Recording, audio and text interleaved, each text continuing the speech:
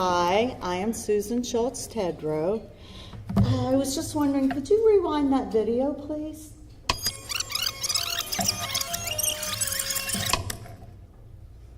That was me the day I found identity.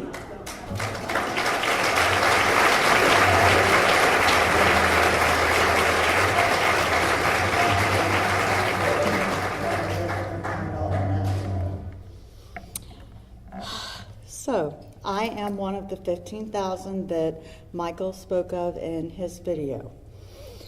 And I'm also one of the mind-numbingly difficult cases that iDignity was able to solve. There are many great causes to be a part of, and I would like to share with you why I picked iDignity. It is so important to me, and it is so important to many others for what it does for people. My story actually has 3 beginnings, and I'll ask you to bear with me as I weave them all together. And even though it's about me, it's really not. It's about all the other people that iDignity has helped, and so many others that still need their help. And they wouldn't have it without iDignity. So, my first story begins when I lost my home during the housing market collapse. I also lost my job when the realtor I was working for had to close down during that time. And as a temporary fix, I moved in with one of my daughters and my grandchild. Excuse me. Just so I could get on my feet. And those of you with grandchildren know how precious a grandchild is and how much joy and blessings they add to your life. Until you live with them.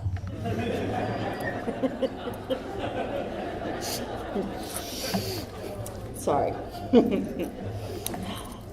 Okay. On December 23rd, 2010, just 2 days before Christmas, we suffered a home invasion. You might remember there was a spree of them going on during that time. 3 men broke into our home, and they had a lookout driver waiting outside. One man had a mask on, and he was the man with the gun. He held the gun to my head, my daughter's head, just like this, and my 4-year-old grandbaby to his head. It was very scary. And while he was doing that, the other 2 were going in and out of the house, taking everything they could find. Thankfully, no one was hurt. Thank you, Lord. You could say yay for that. The guys were eventually caught and put in jail, some of them. All of our electronics, all of our Christmas presents, our purses, they were stolen. These men even stole the, cordless phone from the house. They didn't take the base, but they took the cordless phone. I can't run next door and call the cops. Okay. Anyway, nothing but my daughter's coat was recovered. My purse, which wasn't recovered, of course, had my driver's license in it. Fortunately, I had a photocopy of my driver's license. So I took that along with my Social Security card, my bank ID with my photo on it to the DMV. I thought I was going to get my driver's license that day. Unfortunately for me, the Real ID Act had just recently passed. So, it requires a birth certificate. And without my birth certificate, the DMV was unable to help me. Okay, next part. Let me tell you about the story of my birth. I have heard from my family regarding my birth that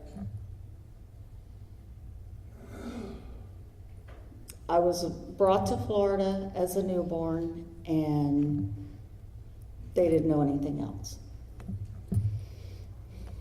I never had a birth certificate, and to this day I am not 100% sure of all the details. And I would like to emphasize that this information has been shared with me by members of my family because I have no memory of it, and I have no memories of me with my biological mother and brother.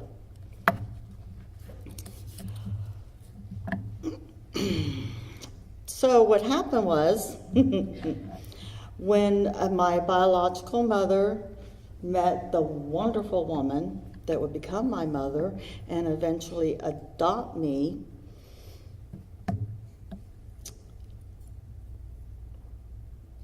that I was taken out of a bad environment. The earliest story I remember on my own is when I was 6 years old. I remember being at the lawyer's office and agreeing to be adopted and changing my name to Shultz.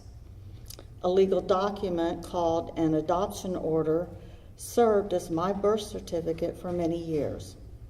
My adopted mother loved me like I was her very own. She loved me unconditionally. You know, there's just not enough love there. She was wonderful. Now my adopted dad, he was a little bit different. So growing up was difficult. But I grew up in Lockhart.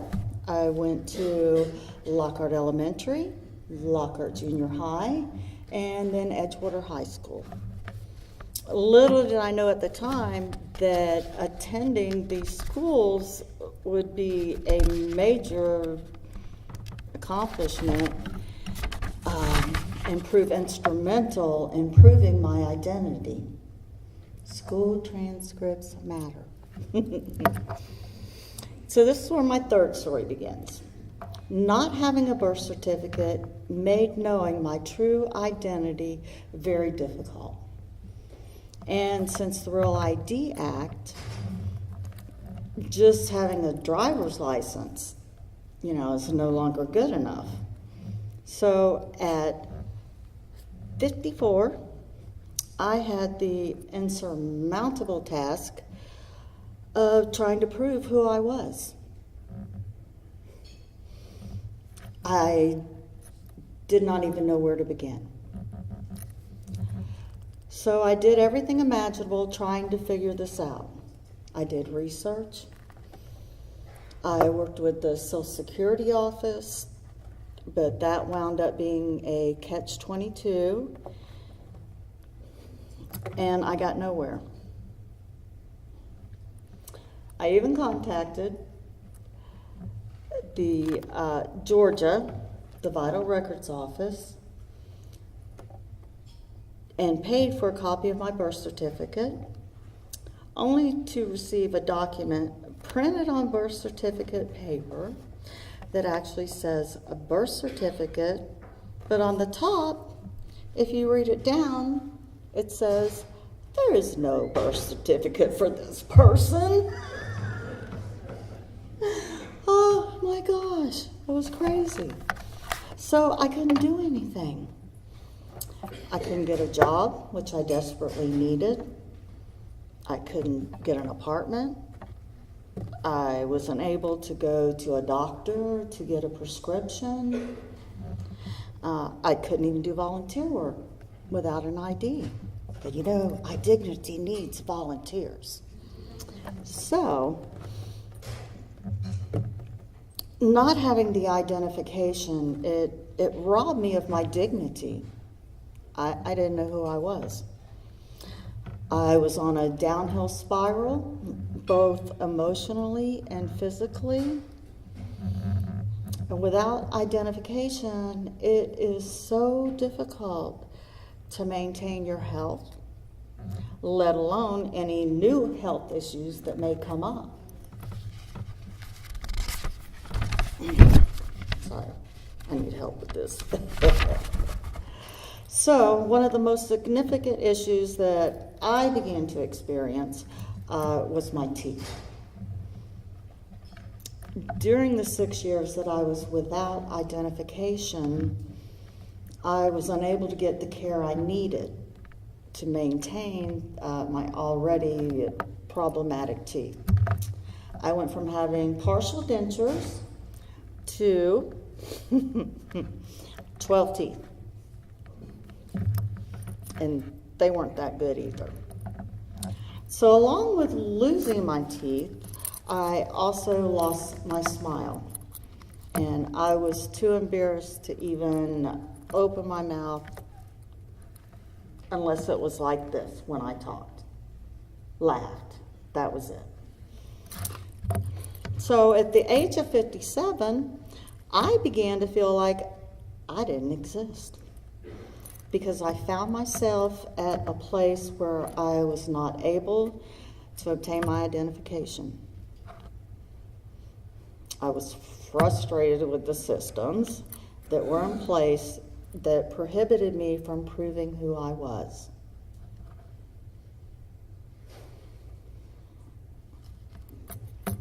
And because of these systems, I was going in circles and was unable to accomplish anything on my own. I thought it would be so easy. After the home invasion, I was a victim.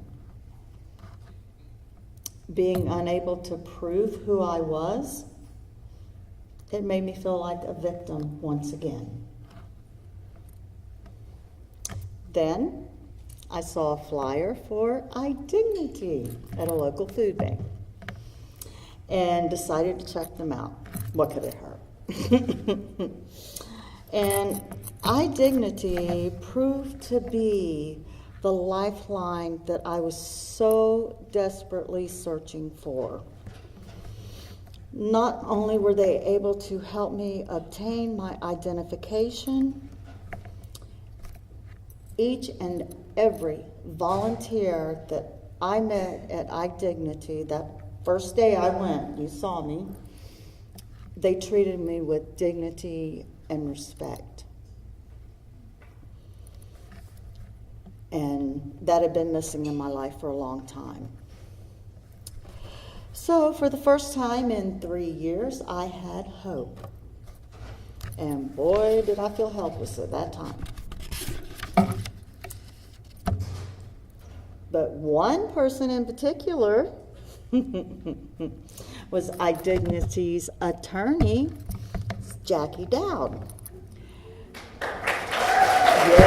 Yes, Jackie is awesome. I love her.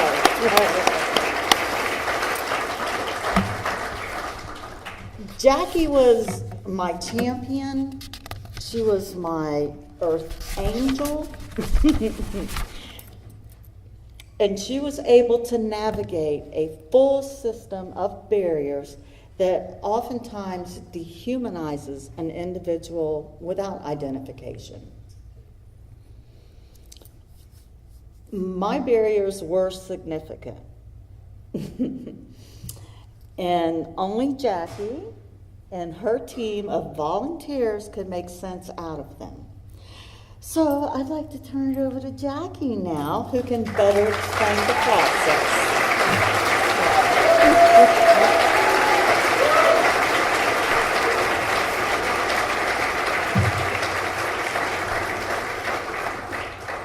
Well, when I first met Susan in December of 2014, it's almost 3 years ago,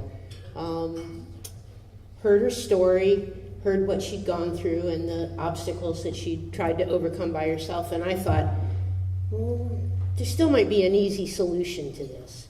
What's supposed to happen when people are adopted is that their birth certificates are supposed to be changed. The court is supposed to send the court order to the vital statistics office, and a new birth certificate is issued with the new name. In Susan's case, we're talking about Georgia. Any of you who are from Georgia, I apologize, but they are just not the best record keepers. So, Susan had tried to apply for her birth certificate in her original birth name, so we applied for her birth certificate in her adopted name. George is also not very fast, so it took a few months, and then we got another one of those certificates that says, no birth certificate in this name either. So that was when we knew it was going to take a lot more work and some more time.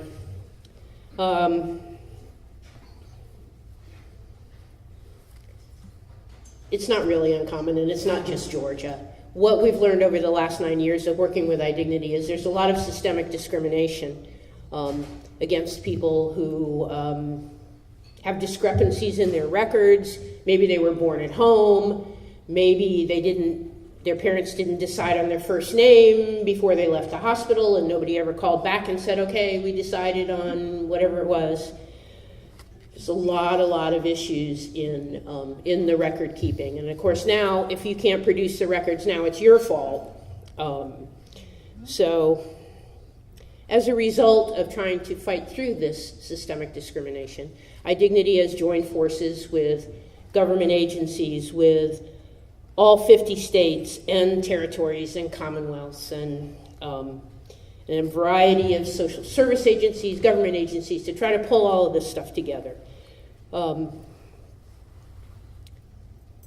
The barriers that Susan faced because she was adopted are really a perfect example of how the system doesn't always just mesh together the way it's supposed to.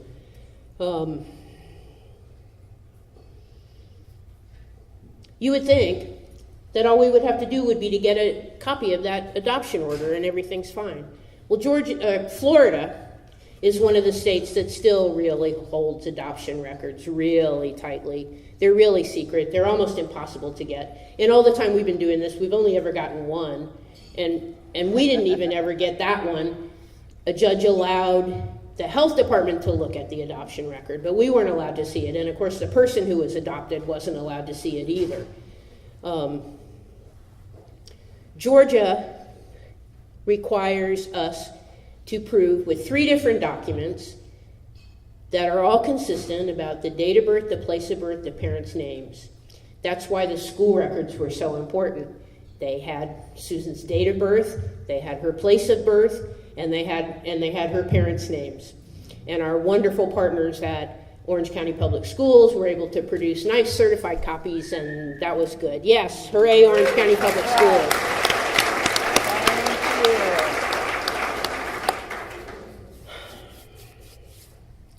But we still had to get 2 more documents that had all the same information on it. And getting these documents isn't just like calling somebody up and asking for it. You got to have signatures, you got to have the right forms, you got to ask in the right way. A lot of times things need to be notarized. That means notarizing someone who doesn't have identification to be notarized with. It's another one of those catch-22 things we've worked through. So we ordered Susan's Social Security records, a thing called a numident, which shows when you first got your Social Security number and all the other times your number has interacted. It's a wonderful document, very helpful, good information. Takes about 3 months to get one. We still needed one more. We were able to use a driving history from the state of Florida in Susan's case. There were a lot of challenges. The Florida birth certificate. Oh, yeah. Gotta tell her. You're right. You gotta You're right. tell 'em, That you is a gotta good tell part 'em. of the story. Sorry. I almost forgot. She's got to share this with you. Yeah. Part of the reason it took 3 years in this case was we got sidetracked. You know, you don't really know where you were born. You think you know where you were born because somebody told you that's where you were born, right? You don't have personal knowledge. Nobody remembers it. So we thought, okay, she was adopted in Florida. What if she was born in Florida? What if they just said, oh, you were born in Georgia, so she wouldn't go looking for her parent, you know? So we went to the health department and we had them search for it. And there's another little girl born in Florida named Susan Diane Haney, Diane with 2 N's even. So we ordered that birth certificate and had to wait for it to come, and it finally did. And it turned out the dates didn't work. That little girl with the exact same name was born the year that Susan was in 1st grade. So that couldn't be her. But we spent about 6 months tracking down this little Florida girl with the same name.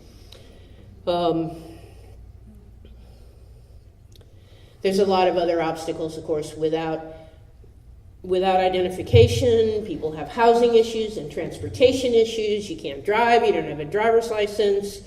So we would call. Susan had to hitch rides sometimes to come and see us and sign things and get everything squared away.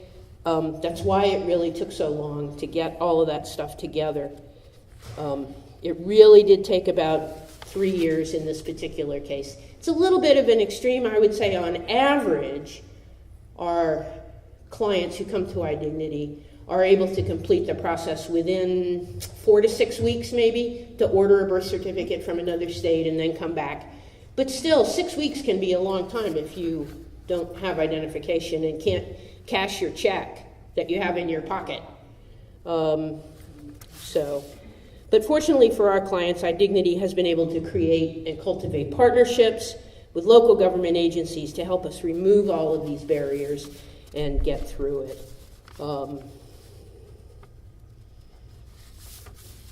There's a lot that goes into rebuilding someone's identity, and we have a wonderful team of volunteers that puts in a lot of time and effort and thought and creative ideas about how to get to what we need to prove it. There was another case in Georgia where we just couldn't prove how the person's last name was spelled. We ended up sending them a photograph of her father's gravestone.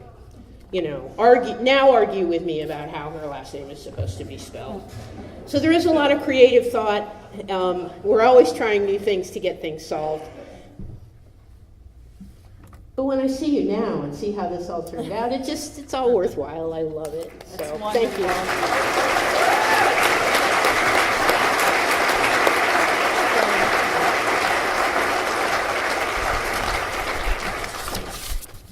Thank you, Jackie.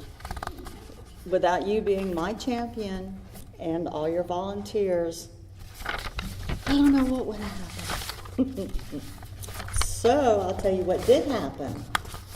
What happened was on May 30th of this year, I got my birth certificate.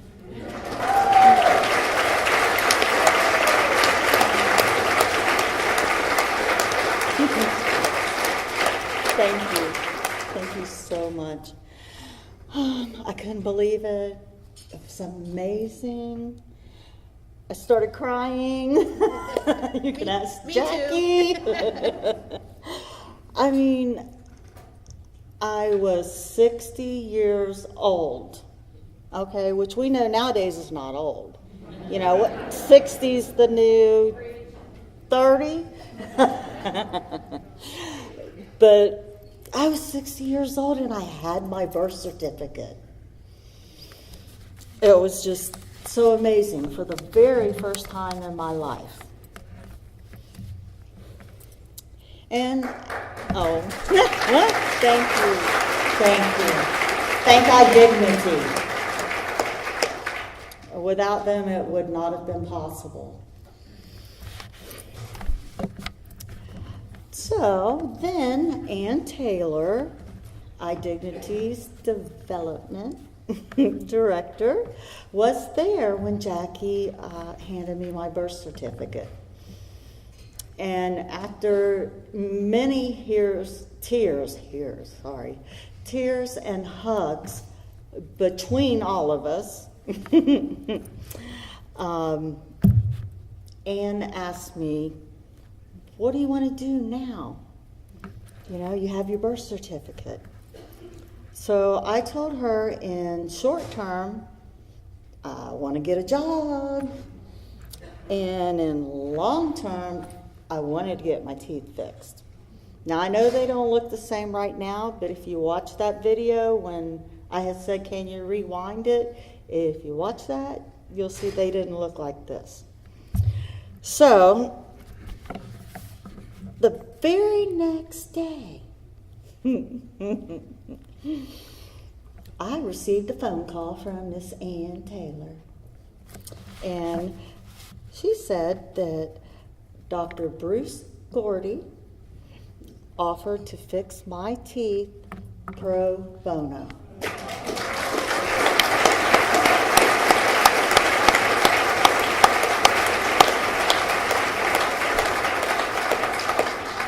Thank you, Dr. Gordy. But she said, are you still interested? Duh. Yes. I'm jumping for joy and crying at the same time. So all of a sudden, I was getting my teeth fixed. And I couldn't believe it. So thanks to the incredible generosity of Dr. Bruce Gordy. Is Dr. Gordy here tonight? No? Oh, I'm so sorry. He needs applause too.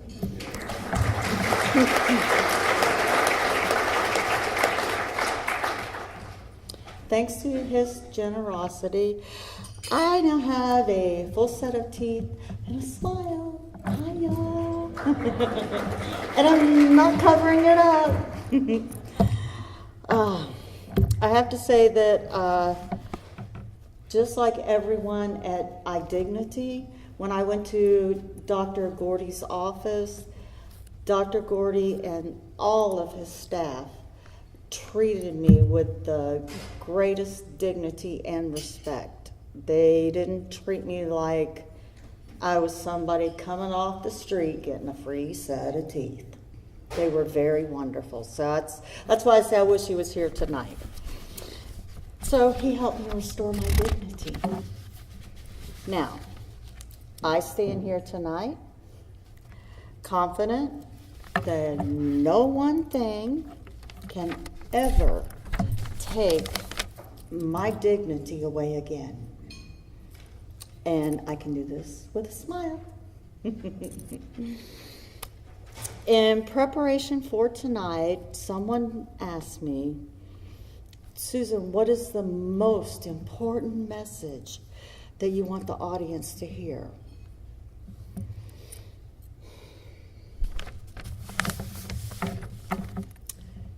So the most important message that I would want everyone here to hear is that if it wasn't for iDignity, I would not have proof of my identity.